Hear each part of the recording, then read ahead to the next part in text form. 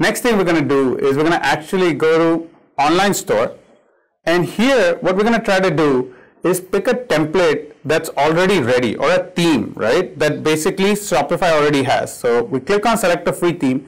They have hundreds of themes that are ready for us to either get free or we can purchase few of them. Now, while this is coming up, what you realize is we chose a type of a web store that we know there's a theme existing. We can probably use that theme here. There's a theme already there, right? That looks very much like for cameras, etc. We can choose to pick this theme, okay? Because it's already there. But in your case, you can go down the list, find ones that are free, or you can purchase one of the few that are existing out there. Now, in our case, let's look at this theme, okay? Because this theme fits what we want to do, right? Sell cameras. So once we go inside the theme, right, what we're going to be able to see is how the theme looks realistically, okay? So it's showing us a sample site, right? Supply.electronics.myshopify.com. So we can actually see the theme working, okay? What are the different elements that are in that theme, etc. We can actually see that in this demo, okay? Now, if we choose to pick this theme, we go ahead and click publish theme, right? Now, what this will do is immediately publish that theme for our web store, okay? It's very simple. We click it, it suddenly will start showing our website in that theme, okay? So here now, if you look at it, it's starting to show our website in the theme, right? You see click and shoots and it's pick colors, etc. So the theme has already been published for you now. So now let's go ahead and customize our theme for what we want to do, right? So when we say customize, it's going to go ahead and load up the theme. It's going to show us our clicks and shoots, right? And it's showing us as a blank theme, obviously, because we don't have the theme all set yet. So it's going to show it to us blank. But if you look at it, it's basically picked up all the functionality that that theme had, okay? So let's go ahead and do one of the first things, right? You see there's a preset button on the top right. Preset are versions of a theme, right? So what happens is when themes are defined in Shopify, the presets give you an ability to choose different colors that you want, right? So in this theme, there are two types of presets, right? There's blue and then there's dark, okay? In other types of themes, you may have several other options. So you may want to see what each preset can do as far as the look, feel, the layout, and the colors of the site. In our case, there's only two. So let's say that, you know, we can either choose blue or we can choose dark. In our case, what we'll do is we'll choose dark, okay, just to see what different presets can happen. Next is, what are the different colors we want to set for this theme, okay? So when we chose the preset, it took a while, but you saw on the left side now everything looks dark, right? That's because in the preset we chose dark, and it went ahead and changed our site look and feel now to that dark color. Now if we go back to presets, right, and we choose blue, we have an option also here that we can actually save the current preset with a different name. But let's cancel out of that. Let's not do that. Let's go back. And what we can choose to do is say, let's just apply the preset as it is, okay? So don't change it as a new name. Let's just apply. And next thing we can do is go to colors, right? Which is actually within that preset, what are the different colors that we want to change for the different elements on this website. So when we go in colors, you know, first thing you see up here is primary content. It talks about that blue color. Then it talks about secondary content, accents, body background, borders, headers, etc. And if we keep on going down, all the different colors being used across this theme can be shown, right? So we may choose to keep the color as blue, or we may choose to actually click on this and change the colors of the text links and the primary content on this website. So here you see we can have multiple options, right? We can choose anything we want, but let's leave it as blue. Now secondary, again, these are secondary buttons. We can choose, do we want them gray, do we want them other colors, okay? Now, again, borders, main menus, headers, everything, every color that we see up here can be changed to something, okay? So we can change the header background to a different color. In this case, we've chosen this brownish, yellowish, and now let's say all brownish, yellowish, or greenish kind of a background. Now here, let's just settle in on something that looks a little more orangish, maybe looks a little better than the brown that we had chosen. But as you can see, we can change the color to anything that we wish on this palette, okay? And as you're making changes on the left side, it's also showing you how each one of the colors is changing.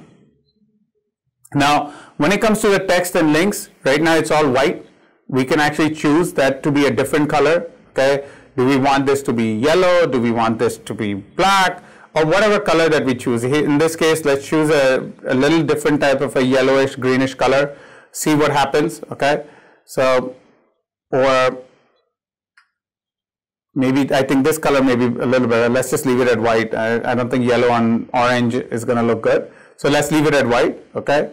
Now, if you see the shopping cart buttons, the search buttons, that all also can change colors. So we can make it grayish.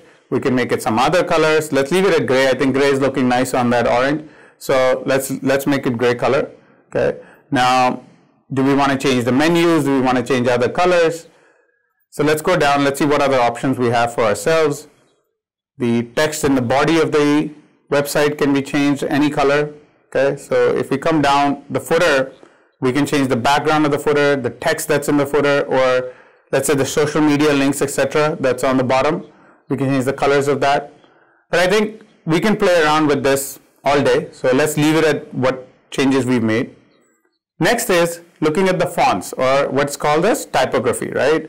What are the different fonts that we can use? Again, that's also customizable, right? Different types of fonts, different size of fonts. We can choose to change, you know, from 15 to 12 pixel or whatever, right? Again, you'll have to try this out. For each different theme, you may have different options that you may want to choose. We can change fonts on the headings. We can capitalize the headings. We can change fonts on the navigation buttons. Pretty much anything on that website, we can change the font and the font sizes on. Once we're done with the fonts, let's get out. And now let's look at, can we look at some settings besides just colors and fonts? So let's look at the header, right? What we want to do is probably change the logo. Actually, currently there's no logo. It's showing some text. We can actually come to the header and choose a custom logo. So once we choose custom logo, we can actually upload one from our desktop. Right? In our case, we're going to actually have a Clicks and Shoes logo ready to upload. We'll upload it. Okay. And as we're uploading it, what you'll see on the right hand side now, the logo is showing. On the left hand side also, you're starting to see the logo, right? Now it happens so that our colors are matching. Moving down, right? There's a thing called favicon, right? If you guys know, on the browser top left, you usually see these icons. These are called favicons. We can choose to go ahead and have a custom icon being uploaded. Otherwise, what we'll see is something from Shopify. We probably don't want to show that, right? So we go ahead and upload one from our case. In our case, we're uploading a camera, right? Because we're all about cameras and Clicks and Shoots. So we'll upload that. And once we save it, you'll see that start to appear on the browser, okay? So once we set the favicon, the next is, can we put a message? So system allows us to put promotional messages that appear on the headers, right?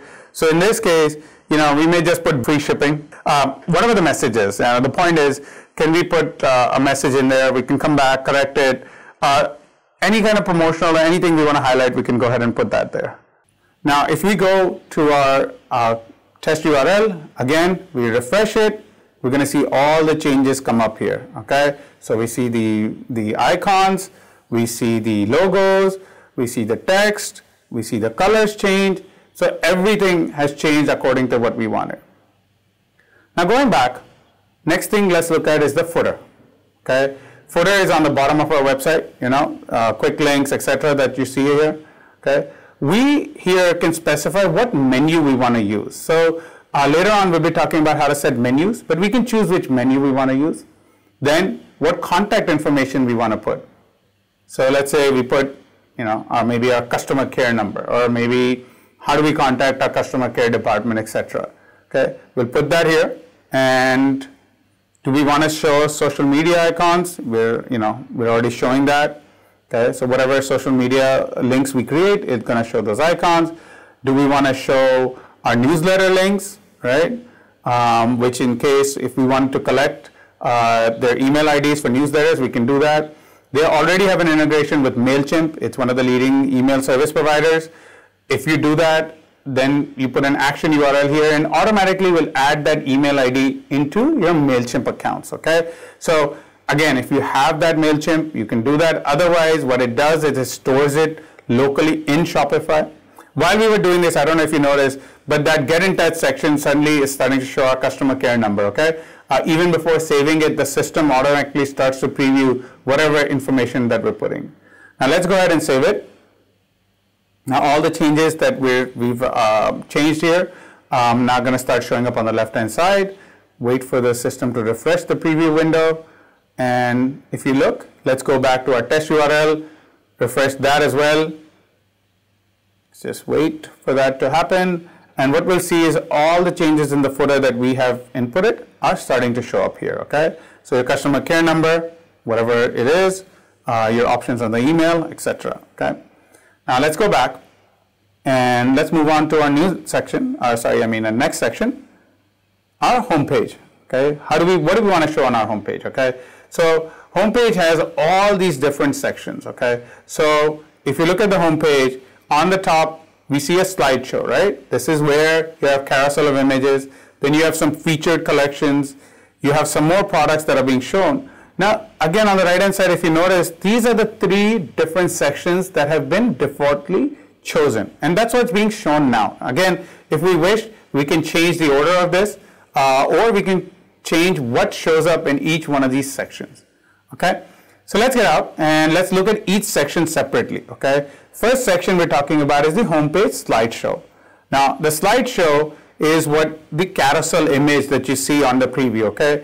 This, we can have multiple slides that are showing, and they can auto rotate, or we can choose not to auto rotate them. If they're auto rotating, what is the transition time? Here we have it set as 7 seconds, but we can choose that as different, okay?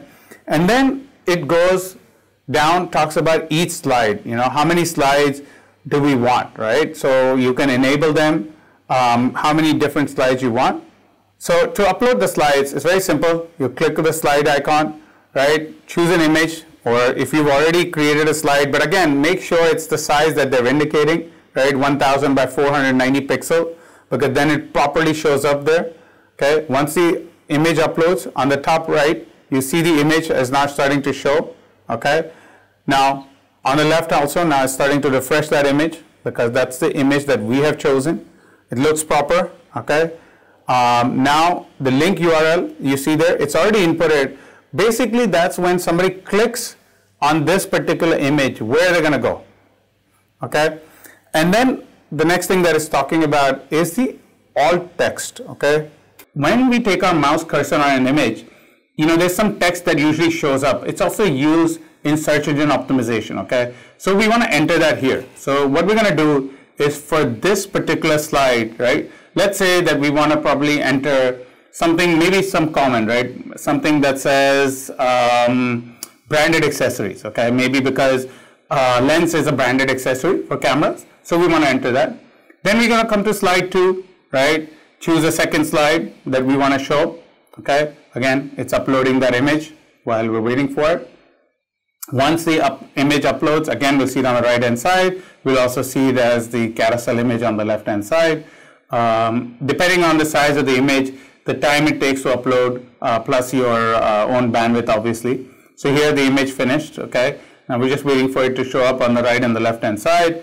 Now, once we're done uploading all these different slides, we can actually see the whole slider work, okay? So it can show you from slide 1 to slide 2. I think there's 6 different types of slides that we can enter here. So here, now we're starting to see the second slide, okay? Again, we'll go ahead and enter the alt text here again, the same way we did the first time. We already have the link URL here. We can change that if we wish, okay? Moving on, let's do slide number 3, okay? We enable it, choose a file, okay? Again, this time we're using another banner. This banner is uploading a little faster, probably because it's smaller, okay? Again, it'll show up on the right hand side and on the left hand side. So let's just wait for that to come through. Okay, here, the right hand side, now the image is showing, okay? Now, left hand side, as we scroll, we're also seeing that here, okay? So let's just wait for the scroll to move ahead, and then we can see, okay, let's do it manually. You see, now that's the third slide there, okay? Again, we can go down and do the same thing across all the different slides, okay? Let's save it, right? Changes are saved. Let's get out of here. okay? And now it's just refreshing the preview. And if you see, now the different slides are showing. Let's go to our test URL.